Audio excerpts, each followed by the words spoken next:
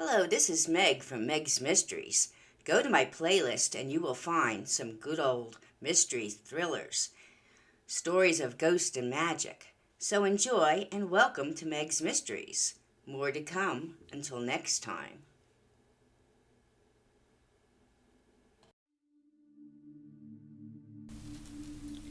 Welcome back to MEG's Mysteries. The Wrong Number Murders.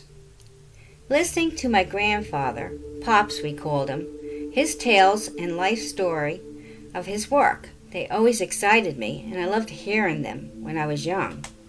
But now I'm reading all his old case files. The most interesting ones are kept in his attic. Now he's gone, and I'm going all over his things and learning just how much more his life's work was. It was a real thriller. My name is Jamie Graves, and I'm into old noir, thrillers, and horror stories, just like the old radio shows of the golden age of radio. Now you can look up all the old shows with just a touch of the button on a computer or phone, or just ask Google. But now I'm actually reading his cases that could be a true crime and suspense mystery. Pop used to tell me about his favorite radio shows of the 1930s. One was called The Shadow.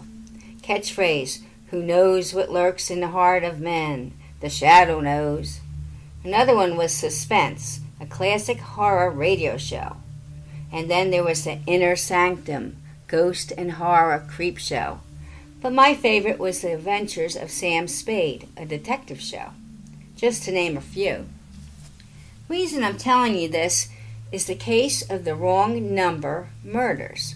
It was 1953, and one of Pop's real famous cases.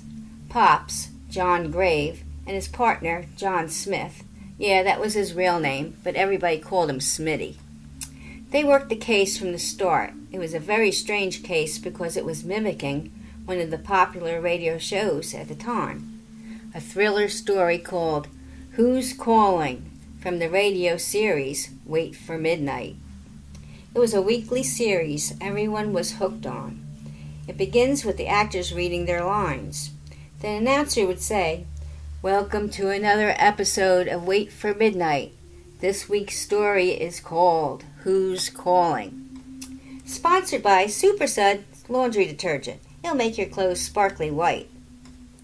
That's why they used to call the noir thrillers and suspense mystery shows soap operas. Most of the sponsors were soap companies. Some radio shows were also comedy shows. In the real case, the detectives were stumped. It was a carbon copy of the radio show. The whole team was working their best, but it was hard to pinpoint the connection to the murders. The first victim was a young waitress named Peg. She was home from a long day of work. She puts her favorite radio show on, Wait for Midnight. The new story is called Who's Calling? As she finally sits down to relax and listen to the show, her phone rings. She doesn't get many calls. Maybe it's an emergency, or her mother, or maybe someone from work. So Peg answers the phone. "Hello." She said, "Is anyone there?" But there's no one there. She's about to hang up, and then she hears someone say, "Is Shelley there?" "Sorry," Peg says, "there's no one by that name here." And then click, the phone hangs up. Peg just stares at the phone. That was odd. Then she goes back to her radio shows and thinks nothing of it. Must have been a wrong number. Strange, it's just like the story on the radio. The phone rings. No one there. Wrong number. She was found dead that week. She never got to hear the end of the radio show. But now she was the story. It was all in the news and on the radio. Waitress found dead in an apartment. It was not disclosed how she died, but she was strangled by her own phone cord, just like the radio story. Pop and Smitty were the first detectives to see her dead body. Her landlady called the police in because she didn't see Peg for days. The other tenants complained of a bad smell. It was just like a horror story. Her dead, lifeless body on the sofa.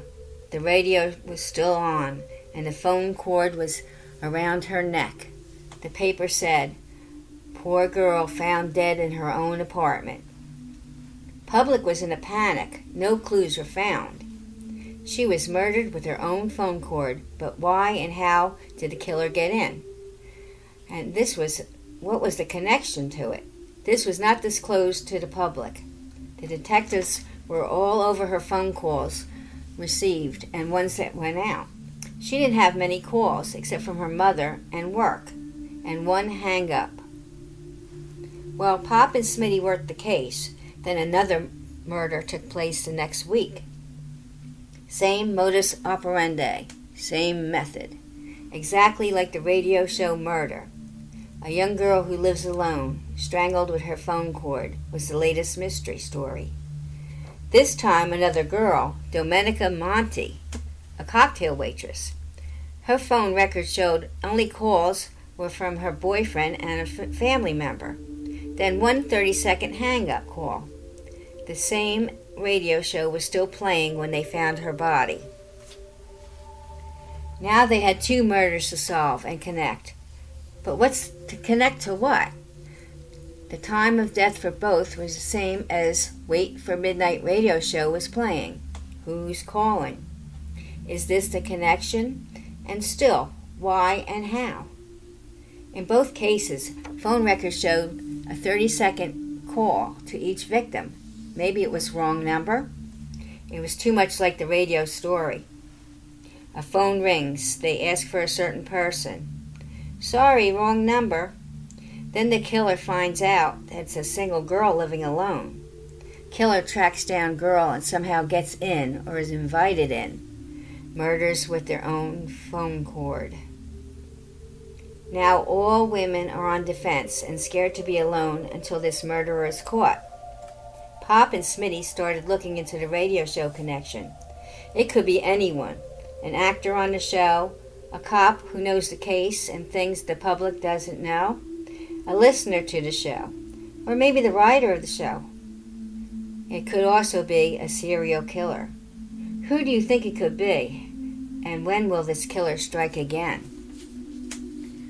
2 weeks later, same area. A couple nurses were walking home together.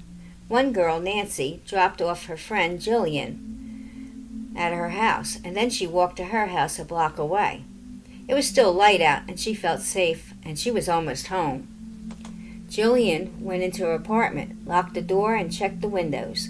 She felt safe enough. That night, the phone rings while Jillian was listening to her radio show. Who's calling? The public was not told of the show's connection yet. It was just a theory the detectives had, but they had no proof. Jillian's phone rings and she answers. Hello, but there was no one there. It was silent. She was about to hang up, and then someone said, Is Jim there? She said, No, you must have the wrong number. No one by that name here. The next day, Nancy went to walk her to work, but she didn't answer. Oh, maybe she left early.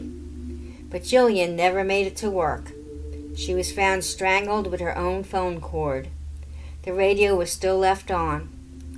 The time of each murder was around the time the radio show was playing.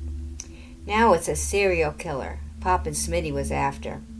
The whole precinct was on alert for a maniac killer.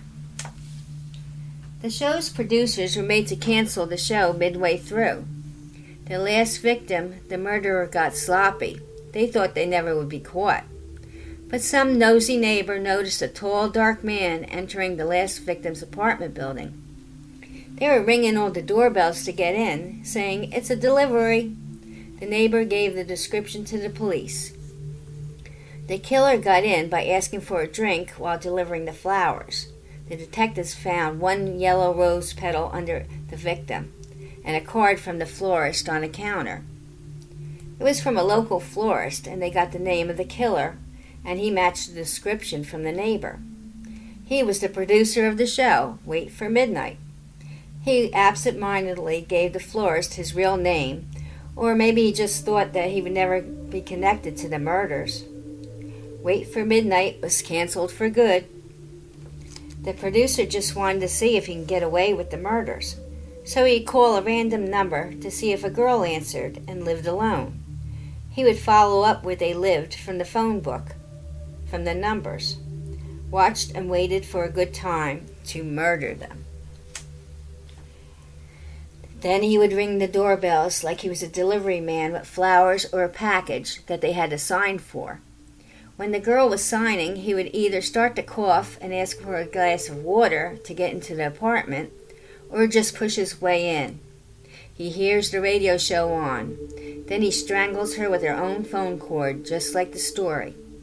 He leaves nothing behind but the radio still playing. But this time he was caught and the murder stopped. He was found guilty of all the murders. In the courtroom he cried out when he was found guilty, "I only wanted to see if it would work, and I almost got away with it." The radio show was permanently canceled. Case closed. That was Pop's favorite case. Until next time, come back for more of Meg's Mysteries.